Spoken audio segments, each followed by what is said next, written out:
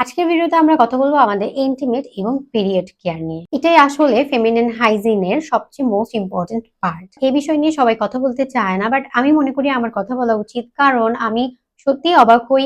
আমাকে 14 বছরের মেয়েরাও ফলো করে থাকে, ইনবক্স করে থাকে তাদের স্কিন কেয়ার রিলেটেড সমস্যার সমাধান চেয়ে। তো বেসিক্যালি তাদের জন্য আমি অ্যাকচুয়ালি খোলামেলা আলোচনা করতে বসেছি।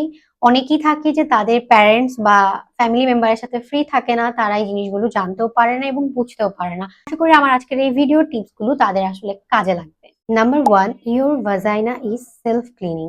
সো এটাকে এক্সট্রা কোনো ইন্টিমেট ওয়াশ দিয়ে তোমার আসলে ক্লিন করার কোনো প্রয়োজন নেই। ভাজাইনা এরিয়াতে এমন কিছু উপকারী ব্যাকটেরিয়া রয়েছে যেগুলো আসলে ওভার ওয়াশে নষ্ট হয়ে যায়, যার ফলে বিভিন্ন ধরনের ইস্ট ইনফেকশন আমরা আসলে আমাদের ভাজাইনা এরিয়াতে লক্ষ্য করি। তুমি যদি তোমার ভাজাইনা এরিয়াতে কোনো ইন্টিমেট ওয়াশ ব্যবহার করতে চাও, সেক্ষেত্রে ফ্রেগ্রেন্স ফ্রি এবং জেন্টাল কোনো ওয়াশ ব্যবহার করো। ভাজাইনা এরিয়াতে কোনো সমস্যা দেখা দিলে সরাসরি ডক্টরের পরামর্শ নাও। কারো কোনো পরামর্শে অনলাইন বা কারো কোনো পরামর্শে কোনো ট্রিটমেন্ট শুরু করে দিবে না। নাম্বার 2, ভাজাইনা এরিয়ার জন্য সেপারেট টাওয়াল ব্যবহার করো। নাম্বার 3, অলওয়েজ তোমার ভাজাইনা এরিয়া ড্রাই রাখার ট্রাই করো। Always wipe from front to back, never from back to front. Number 4, menstrual cup কিংবা প্যাড 6 ঘন্টার বেশি সময় ধরে পরে থাকবে না।